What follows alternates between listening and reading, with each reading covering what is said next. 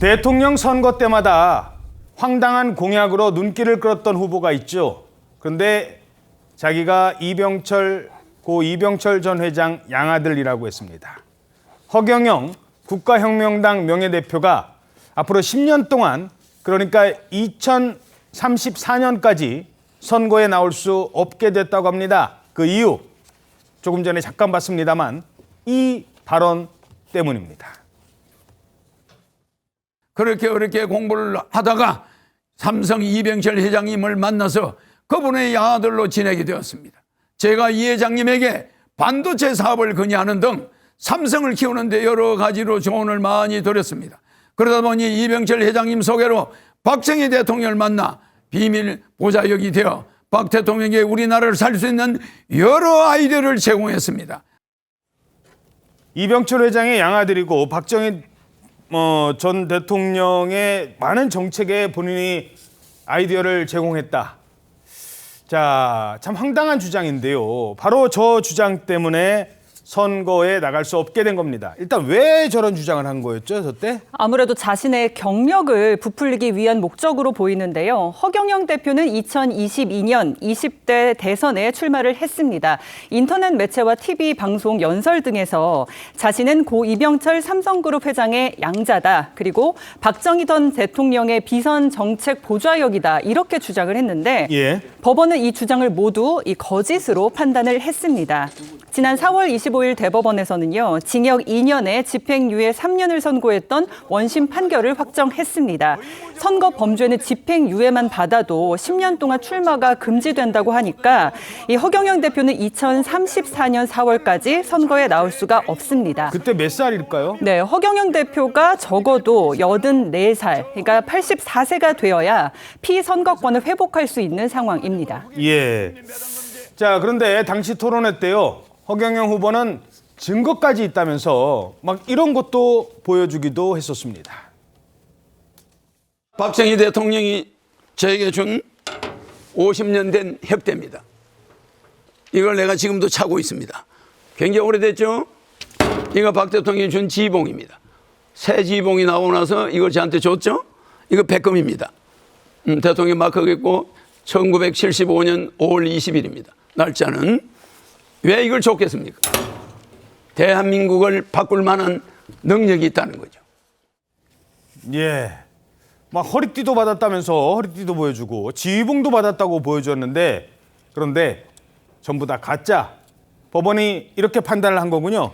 그렇습니다. 간신 끌기 위한 거짓말이라는 것인데요. 이 재판부는 과거에도 이 사건과 동일한 내용으로 허위 사실을 공표한 전력이 있었는데 그러면서 대중의 관심을 끌었다라고 지적을 했고요.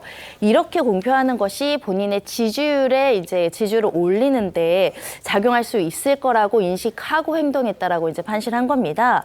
그러나 이런 행동은 유권자의 판단을 왜곡시키고요. 대의민주주의의 본질을 훼손하는 중대 범죄다. 이렇게 평가했고, 향후 그러니까 장래에도 이렇게 또다시 허위 사실을 공표할 가능성이 높다라고 이야기를 하면서 이 정치의 영역에서 피고인을 배제할 필요가 있다라고 판단을 했습니다. 자, 그런데요, 거짓말 때문에 피선거권 박탈된 게 이번이 처음도 아니라고 합니다. 실형을 산 적도 있었어요. 네, 맞습니다. 사실 허 대표가 아주 오래전부터 선거에 여러 번 나왔습니다. 91년에 지방선거, 97년에 대선, 2004년 총선에 나왔는데 그때 별로 주목 못 받았었습니다. 그런데 이제 주목을 받게 된 게 2007년 대선에서 나오면서 굉장히 황당한 주장들을 했어요. 본인 IQ가 430. IQ 430. 아, 듣기에도 다 황당하시죠. 거기다가 유엔 본부를 판문점으로 이전하겠다. 이런 허무맹랑한 주장을 하니까 당시에 어떻게 B급 문화를 좀 좋아하는 사람들이 허본좌. 이런 별칭을 붙여가지고 약간 문화현상처럼 그렇게. 공중부양도 한다고 하셨습니까? 맞습니다. 공중부양도 하고 내 눈을 바라 이상한 노래도 나오고 그랬었잖아요. 예. 그러면서 주목을 받았고요. 그리고 지금 이 실형이 나온 발언이 문제 발언이 2007년 대선 때 나왔는데 뭐냐면 지금 기억하시는 분들 아마 많으실 겁니다. 본인이 대통령이 되면은 박근혜 그 당시 한나라당 대표랑 결혼하기로 했다. 아하. 약속이 돼 있다. 그 발언으로 해서. 잠깐만요. 말씀 중에 네. 지금 화면 보면 지금 저렇게 하다가 공중으로 이제 뜬다는 건가요? 그러니까요. 저렇게 하다가 공중부양을 네. 떴어 못 봤어 못 봤어.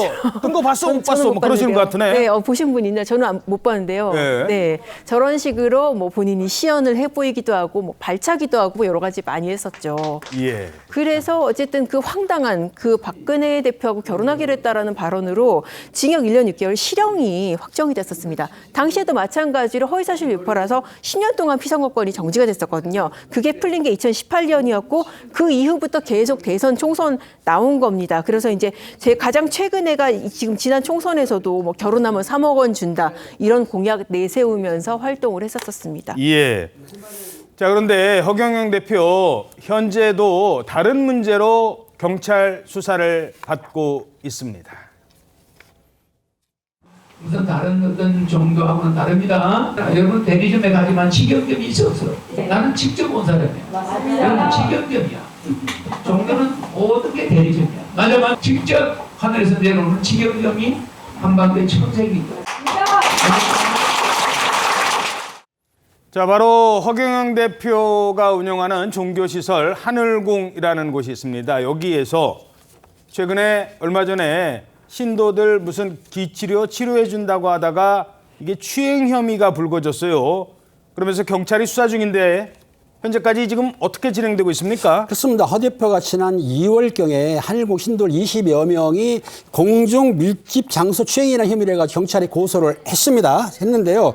경찰은 지난달 15일경 허 대표의 종교시설인 그 양주에 있는 하늘궁이라고 있습니다. 거기를 압수수색했고 또 종로구에 있는 강연장을 압수수색하는 상황입니다. 현재까지. 그리고 근데 한번 허 대표 측은 뭐라고 하냐면 그 성추행 고소에 관련해가지고 자기를 음해하는 사람이 있다. 그러니까 주도적으로 진행하는 집단이 있는데 과거 허 대표 측으로부터 직접적으로 금전을 요구했거나 이권을 다했던 사람들이 음해하는 것이라고 주장하고 있고요. 경찰은 성추행 혐의를 빠르게 수사한다는 방침이긴 한데 압수물을 분석을 이제 해야 되겠죠. 압수물 확인한 다음에 허 대표를 이제 소환한다고 하는데 이번 재판 결과에 따라서 또 빨리 소환할 수도 있기 때문에 좀 기다려 보시면 허 대표에 대해서 소환을 해서 정확한 혐의를 밝힐 것이라고 생각이 듭니다. 예.